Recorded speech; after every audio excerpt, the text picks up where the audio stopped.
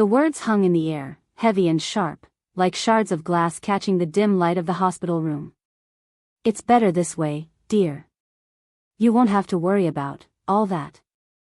She'd said it with a saccharine smile, her eyes flicking away from mine to a point somewhere beyond my shoulder, as if the very act of speaking the truth was too unpleasant to bear.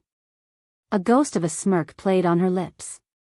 It was a subtle shift, barely perceptible to anyone not already intimately familiar with her performances, but it was there.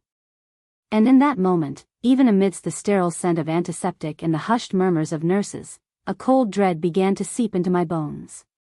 It wasn't the grief I expected to feel, but a dawning, horrifying understanding. My mother, the woman who had cradled me and sung me lullabies, had just revealed a chilling detachment, a preparedness for something far more calculated than mourning. Life before that day, before my father's sudden, unexpected departure, had been a carefully constructed illusion. My father, a man of quiet strength and unwavering integrity, had been the bedrock of our small family. He'd worked tirelessly, a meticulous planner who believed in security and provision. He'd set aside a college fund for me, a significant sum, nurtured over years of careful saving and wise investments, meant to ensure my future wasn't burdened by financial strain. It was a tangible manifestation of his love, a promise of opportunity. My mother, on the other hand, was a creature of impulse, her emotions a volatile tempest that could shift from ecstatic joy to simmering resentment in a heartbeat. She craved attention, validation, and the ease that financial security provided, but her methods of acquiring it were often indirect, relying on a subtle manipulation of those around her, particularly my father. She never held down a consistent job, preferring to float through life on his steady income and her own charm, which she deployed with practiced precision. I'd learned to navigate the currents of her moods, to anticipate the storm before it broke, to offer placating words and a quiet presence that wouldn't provoke her ire. It was a learned survival skill, a silent pact I'd made with myself to preserve a semblance of peace in our home. My father, bless his trusting heart, seemed oblivious to the undercurrents, or perhaps he chose not to see them, attributing her volatility to stress or artistic temperament. There was the time, years ago, when he'd surprised her with a modest inheritance from a distant aunt. It wasn't a fortune, but it was enough for a new living room set or a much-needed vacation. My mother, however, immediately started talking about a boutique fitness studio she'd always dreamed of opening. The business plan was flimsy, based more on Instagram aesthetics than actual market research. My father, though hesitant, eventually relented after weeks of her tearful pleas and veiled accusations of him being unsupportive. The studio never materialized beyond a few pricey yoga mats and a lot of social media posts about her aspirational lifestyle. The inheritance, or what remained of it after her initial spending spree, simply vanished. She never explained where it went, just waved her hand dismissively when my father gently inquired. Another instance, closer to my father's passing, involved a family trip he'd meticulously planned for years.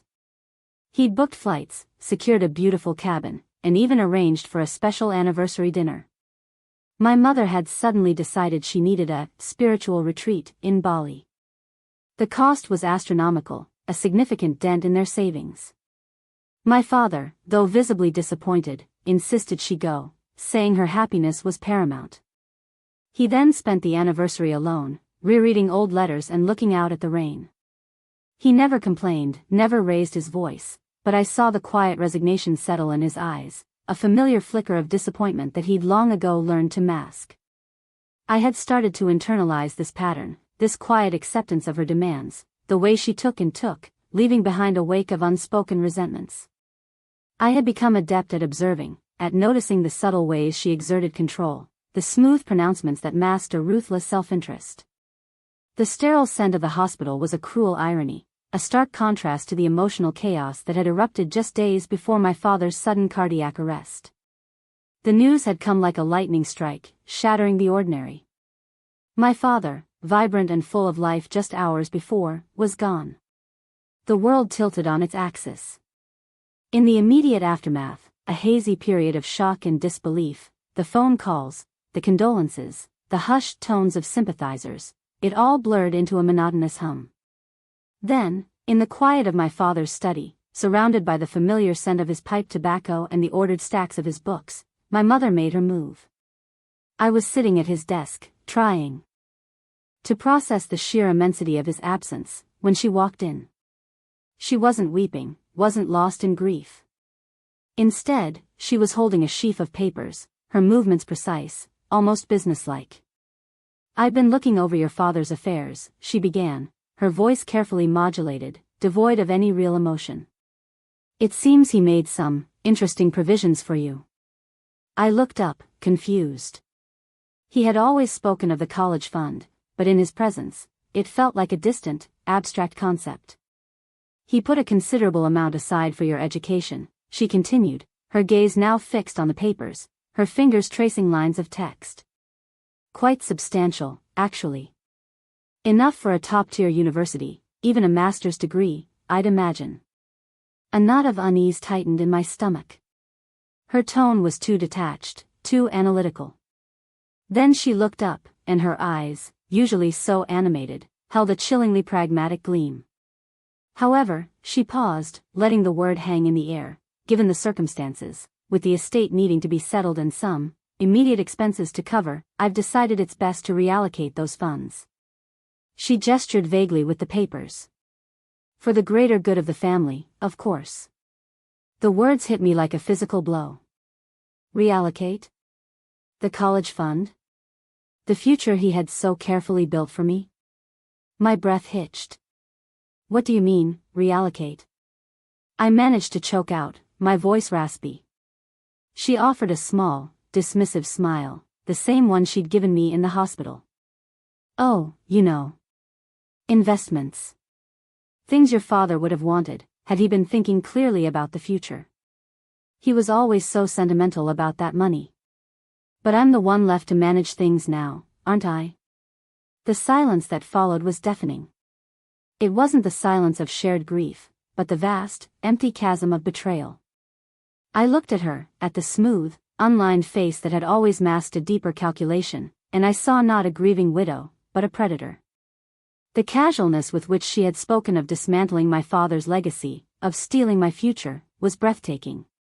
My mind reeled, trying to reconcile the woman who held me as a child with the woman standing before me, calmly dismantling my inheritance.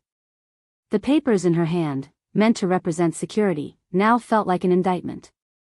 The realization washed over me not as a surge of anger, but as a profound, chilling clarity. The shock of my father's death had been a veil, and my mother's pronouncements had ripped it away, exposing the stark, selfish reality beneath. The cold dread I'd felt in the hospital room solidified into a quiet, unyielding resolve. There would be no shouting, no tears, no dramatic confrontations.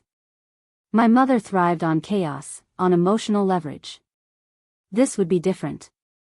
I stood up, my movements deliberate, my voice even. "I understand," I said, the words feeling alien on my tongue. She looked up, a flicker of surprise in her eyes, the smirk returning as she mistook my calm for resignation.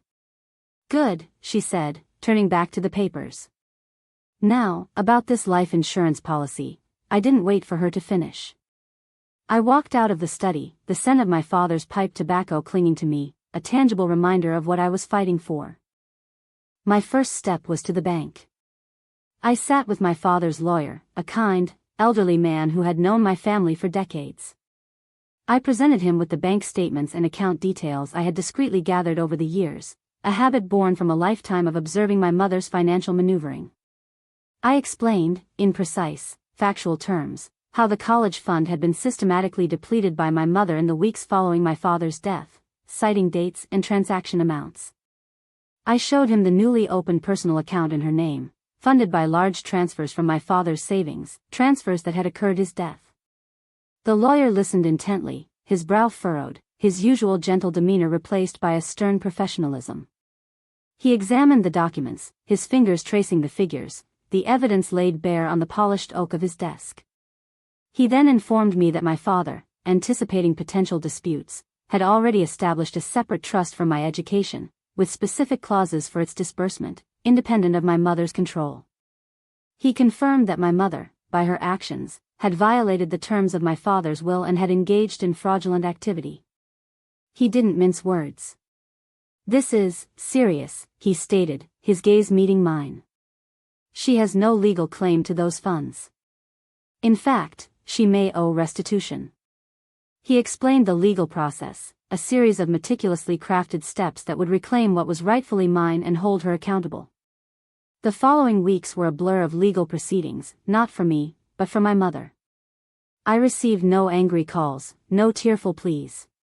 She knew I had the evidence. The legal documents, served with cold, official precision, were her undoing. The first indication of her unraveling came not from her, but from a barrage of texts from her sister, my aunt, a woman who had always been her closest confidant and, I now realized, her most eager flying monkey. How could you do this to your own mother? She's devastated. You've ruined her. She's facing financial ruin because of you. The messages were accusatory, designed to guilt-trip and manipulate. But I had already built my walls, brick by unyielding brick. I ignored them. Then came calls from other distant relatives, distant friends, all echoing the same sentiment, all painting me as the villain. They were a chorus of disapproval, orchestrated by my mother's desperate attempts to garner sympathy. But their words, once meant to wound, now bounced off me, hollow and meaningless. The final blow wasn't a grand pronouncement, but a quiet confirmation from my lawyer. The trust fund was secure, my college expenses fully covered, with a significant remainder. My mother, on the other hand, found herself in a legal battle she couldn't win. The immediate expenses she'd cited turned out to be debts she had accumulated, personal loans and credit card bills that my father, in his quiet way, had been covering. The life insurance policy, her intended safety net, was tied up in litigation, her access to it frozen. The boutique fitness studio she'd once dreamed of was now a laughable fantasy. She had leveraged my father's passing for a quick, ill-gotten gain and had been caught in her own web of deceit. She had gambled on my naivete, on my perceived deference, and had lost everything.